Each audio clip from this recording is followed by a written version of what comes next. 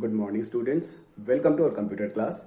In your last day's class test, you got 4 string programs. Hope you have solved the programs and submitted your paper. Now in today's class, we will find out the answer of these 4 programs. Let's start.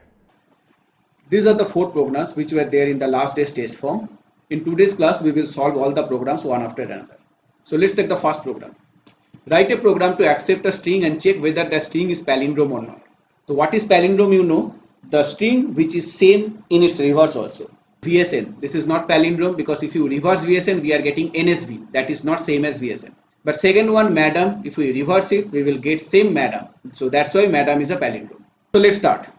This is BlueJ. Here we have to accept one string as parameter, string S. Now first of all, we have to make a reverse string from S. So let me declare one string variable where I will reverse the string S. R equal to initialize this with empty string. So don't leave any space here in double quotes. Or you can use new string also, new string nothing. So this will also initialize this R by empty string. Now make one loop which will give the index number in reverse order, because using that index number we need to take out the character in reverse order from S.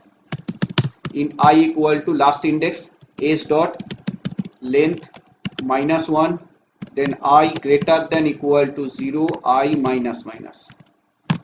Now inside the loop, if I write S dot char I, this will give all characters in reverse order from last character till first character. Now each of these character we have to add to the R equal to R plus this. This is the only line which we will write inside the loop. So no need to give this for loose bracket because this is single statement, it is not a block statement. So in this loop, in one line we are reversing the string in R. Now after this loop, we will check this R is equal to S or not. So S equal to R. But this we cannot write because equal to operator cannot be used to check two strings for their equality. For that we will use equals or equals ignore case function of string class. So let us use equals ignore case, because if string contains mixed character, that time when we will reverse we may not get the same string because the string will be different with their capital and small letters. So after ignoring cases we will check the string and its reverse string are same or not. So S dot equals ignore case and pass R here as parameter. So R will be compared with S. If they are equal, the string is palindrome. Display the message system.out.println S is a palindrome. Else not palindrome, not a palindrome. Let me compile the program. Over here one spelling mistake I have made. Length, no syntax error, means program is correct. Now we have to check whether the program is giving the intended result or not. Let us check. Right click on it, create one object, select the object, call your function method. You have to pass one string. I am passing VSN, which was our first sample input. So it is displaying what? VSN is not a palindrome. Now let me check by passing one palindrome string. Madam. First letter is capital, others are small. When we will reverse it, we will get madam, where the last M will be capital because this first character will go to last. So that madam is not same as this madam. That's why we are ignoring the case before checking their equality. And after ignoring cases, they are same. So madam is a palindrome. Okay. So we have solved the first program. Now let us solve the second program. Write a program to accept a full name and print the initials of that name. If input is Vidyasagar Shishu Niketan, it will give VSN, the first letter of each word. So let me remove this line. We need for loop, but for loop we will start from first index 0 and it will go till last index S dot length, and i's value will be increased by +1. Now inside that loop, what we will do,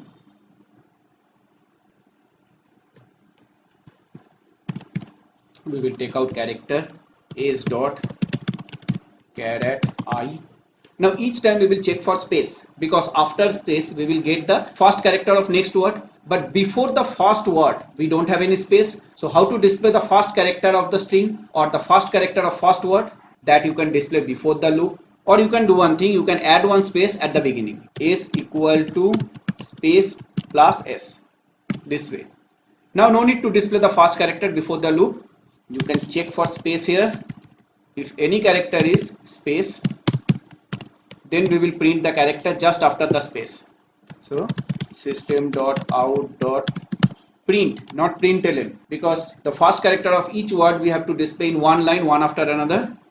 So what to print? S dot char at I plus 1. Why I plus 1? Because if the condition is true, at I index space is there, so next character means after the space whose index number will be I plus 1. So here if the character is space, we are printing the next character. But one thing you have to do, generally we print the short form in capital, so we have to convert this string to capital, because user may give the string in small letter or mixed case also. So here s dot to uppercase. Now all the characters will be displayed in uppercase. Let's check. No syntax error. Creating object, passing a string, our school name.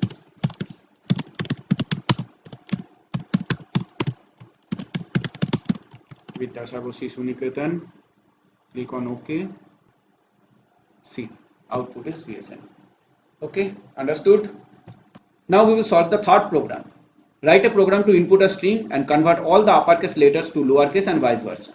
Sample input welcome, where W and C are capital, but in output C, W and C they are small and others are capital. So this we have to do from this input. This line is not required here. S is my input. This is index number loop. Take out the character to store in a C variable, character variable. C equal to character. Now you check this C is capital letter or small letter. How to check? Using ASCII code we can check, or using character class is uppercase, is lowercase function can be used. So let me use ASCII code for first condition. Greater than equal to 65 and C less than equal to 90. So 65 to 90 means capital letter. We will convert the capital letter to small. In C only we will do that. C equal to char of C plus 32. We are converting capital letter to small. If it is not capital letter, then we will check whether it is small letter or not. Here also we can use ASCII code, or we can use is lowercase function of character class. Character dot is lowercase C. If it is lowercase, then C will be char of C minus 32. Because we know the ASCII difference between capital letter and small letter is 32. Small letter ASCII code is plus 32 of its corresponding capital letter. Now we will replace the character by new character. How? S equal to s dot substring 0 to I. 0 comma I means 0 to I without including the character present at index I. So this will take out the substring before I, because from I we took out character here in C and we have converted that character to its opposite case. Means without including character C we are taking out the substring before that. Then at the place of previous C we are writing current C, because the previous C has been converted to current C. So if previous C is small a, now C is capital A. If previous C is capital B, now it is small. So that we are writing here, and the rest part means the last substring we have to take out to join after C. S dot substring I plus 1. Okay, so this will take out the substring before I, this will take out the substring after I, and at the place of I we are putting C, which is the converted character. So this way loop will continue, and after the loop we will display the output. System.out.println. You can display one message that converted string is this, or directly you can print S.